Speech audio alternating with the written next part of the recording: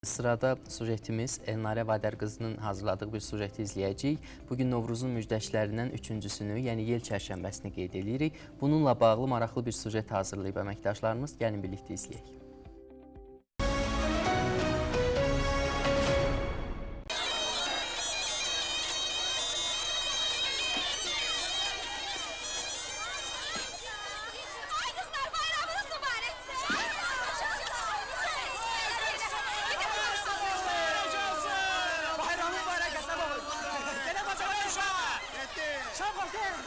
Rəvayətlərə görə Yel çərşənbəsində əsən isti və soyuq küləklər yazın gəlişindən xəbər verir. Bugün oyanan yel dünyanı dolaşaraq suyu və odu hərəkətə gətirir, təbiəti dirildir. Bu səbəbdən də Yel çərşənbəsi yenilənmənin və oyanışın rəmzi sayılır. Deməli, Novruzun 4 çərşənbəsi var. Yel çərşənbəsi Novruzun 3-cü çərşənbəsidir. Yel çərşənbəsində deməli, evlər təmizlənər, yorğan döşəklər havaya sərilər, qızlar bulaq başına gedər, su gətirərlər, niyyət eləyərlər. Biz də bugün bu niyyətləri birlikdə, qonaqlarımızla birlikdə həyata keçirəsik. Bundan əlavə Yel çərşənbəsində ocaq qalanar. Deməli, 4 çərşənbədə qalanır ocaq, Yel çərşənbəsində də həmçinin qalanır. Yel çərşənbəsinin də özünə məxsus deyimləri var ki, tonqaldan atlananlar deyər ki, ağırlığımı, xəstəliyimi yel aparsın.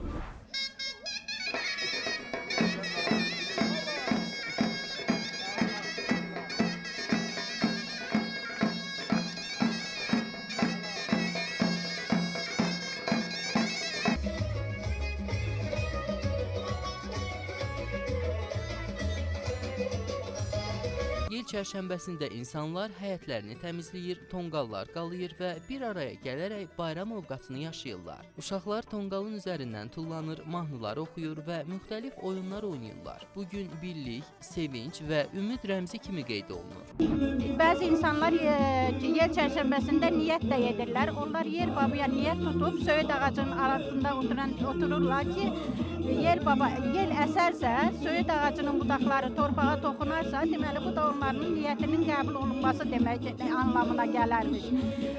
Bu çərşənbədə əsasən plovlar dəmlənir, süfrələrə çərəzlər düzülür, yaşlı ağbıçək ağsaqqallara ziyarət edilir, onlara köməkliklər göstərilir. Xalq inanclarına görə çərşənbə axşamı edilən duaların daha tez qəbul olduğuna inanılır. Buna görə də insanlar bu axşam arzularını dilə gətirirlər. Yel çərşənbəniz mübarək. Qoy bu yel bütün dərdlərə aparsın. Evinizə sevinç, bərəkət gətirsin. Hər kəsə xoş və uğurlu bahar arzulayıram.